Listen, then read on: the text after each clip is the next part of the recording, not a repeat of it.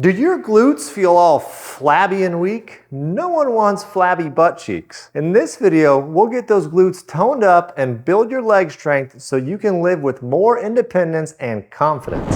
As we age, maintaining strong glutes becomes more important than ever. Did you know that weak glutes are linked to an increased risk of falls, lower back pain, and even poor posture? A study published by the Journal of Geriatric Physical Therapy found that older adults with stronger glutes have better balance and mobility, reducing their risk of injury. Strengthening your glutes also helps with everything from walking to climbing stairs and maintaining independence as you get older. This is because the three main glute muscles, the gluteus medius, the gluteus maximus, and the gluteus minimus, all play key roles in balancing your pelvis and hips. The gluteus maximus, or glute max, is the key muscle for hip extension, especially when tasks require that extra force, such as moving your body weight from the sitting position to the standing position, doing a squat, or even just walking. The gluteus medius is most responsible for hip abduction, or kicking your leg out to the side. More functionally, it is responsible for stabilizing your pelvis during walking so you don't collapse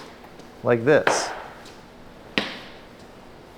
The glute minimus is the smallest of the three and acts very similar to the glute med. Think of the glute minimus as the glute med's little helper. In this video, we'll go over 4 great exercises for building your glute strength. At the end of the video, I'll even show you a special modification to one of our all-time favorite exercises that'll activate your glutes like never before. I'm Justin, by the way. I'm a doctor of physical therapy and own a PT practice with 7 locations across Southwest Florida. Be sure to subscribe to the Active Adult channel and turn notifications on so that you'll never miss a video. Whether you're in your 50s, 60s, or beyond, now is the time to prioritize glute strength. It's not just about looking good, it's about feeling good and feeling safe. Let's dive into how you can start building those glutes today. The first exercise of our glute strengthening progression is going to be side-lying clamshells. This can be easy or hard depending on if you add resistance. And the benefit of this is that it allows you to get all 3 of these muscles depending on what angle your legs are. So start off on your side, laying on your side. If you need a pillow to support your head, that's fine. You want to start off bringing your knees up toward your chest, a little bit past that 45-degree mark. You want to leave your feet together without rotating backwards, so stay sideways. Open that knee from the other knee and go up as high as you can without rolling. Bring it back down. Now, without any resistance, this might be pretty easy, maybe not, depending on where you're starting. If you want to make it harder, then you want to grab an exercise loop band like this one. So you can find these in the Active Adult shop. We really like them because they come in 3 different resistances, light, medium, or heavy. For clamshells, you're probably going to want to start off with that light band and put it right around your knees. So do about 10 of them. You should feel that fatigue right in the side of your hips, on the side of your leg. That's where your glute medius lives. This exercise is going to target your glute max and your glute medius if your hips are more flexed. And then on your second set, maybe try bringing your knees down a little bit. We have less of an angle at your hips. By doing this one, you're going to target your glute medius and your glute minimus. You'll instantly feel this in a little bit different spot. It'll probably be a little bit harder because remember, you're working that smaller glute minimus versus that big glute max. Repeat this 2 or 3 sets of 10, and once you're done with that, it's time to move on to the next. Second exercise is side-lying hip abduction. If you remember, I said that the glute medius really is responsible for that hip abduction that's kicking the leg out to your side. So for the next one, we're gonna roll onto your side, and instead of having your knees bent, you're gonna straighten up that top leg. It's okay to leave your bottom leg bent so you feel nice and stable on your side, but you wanna get your top leg straight. And you want to get it all the way in line with your body. A lot of people make the mistake of bringing that top leg forward into a little bit of hip flexion, but that takes a lot of the work off of the glute medius. And you want to keep your legs sideways all the way to the ceiling. Go up as high as you can without cheating, and then lower it down nice and slow. Repeat that about 10 times. It's pretty hard because you're going right against gravity. But if you're strong enough to where that 10th repetition isn't giving you that nice fatiguing burn that you're looking for, which is what's needed to get you stronger, then you can add an ankle weight like this one. This is 2 pounds. I'm gonna link to one that has little weights you can put in there, and you can go up from 1/2 pound all the way to 5 pounds. So add a pound maybe to start.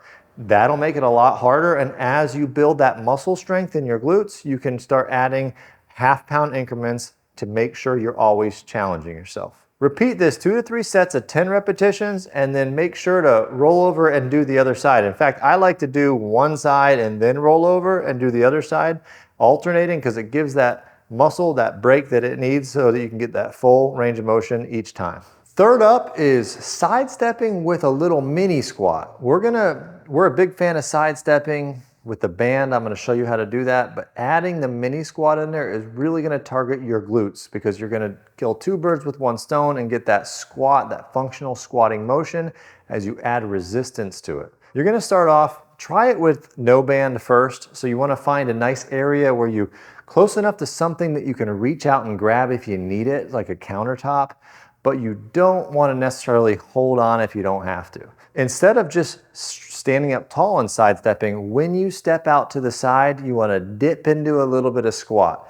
Think about if you're trying to duck under a fence post to get through it. You kind of have to dip under it as you go. That's what you want to think about every time you step. Then when you step back together with your feet coming closer, you want to stand back up nice and tall. So it's step and dip, step and squat, and then stand tall. Step and squat, stand tall.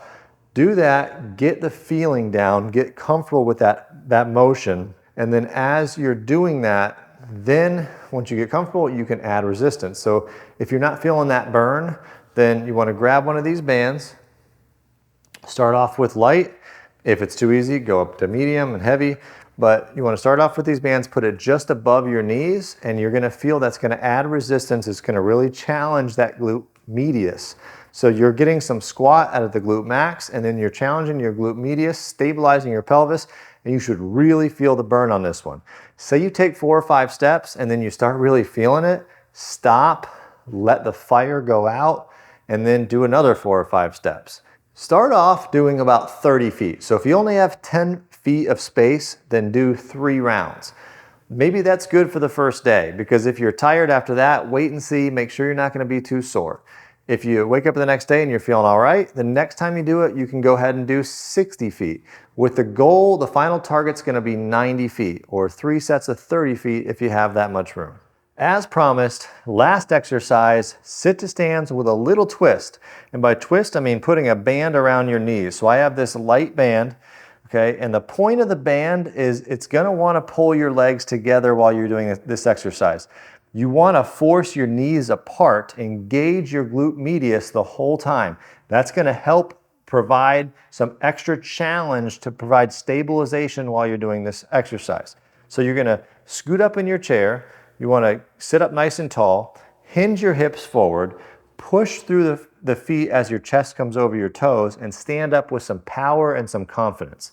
Once you get up, then you want to go backwards. You want to sit down nice and slow and controlled so that you don't plop down. The whole time you want to keep those knees apart, and do not let the band win. Don't let it pull your knees together, which is something that we see a lot of seniors struggling with when you do sit to stands on their own. You see those knees collapse. When the knees collapse, the glute medius shuts off and you lose your stability. So this is going to make you do it correctly. You'll feel this a lot more in your hips, and if you do feel that fatiguing burn, then you know you're doing it right. Repeat this 3 sets of 10. It's okay if you have to kind of work your way up to it, no worries. You want to do this about 3 times per week. If you enjoyed this video, you'll also love this one about how to fix your other flabby leg muscles.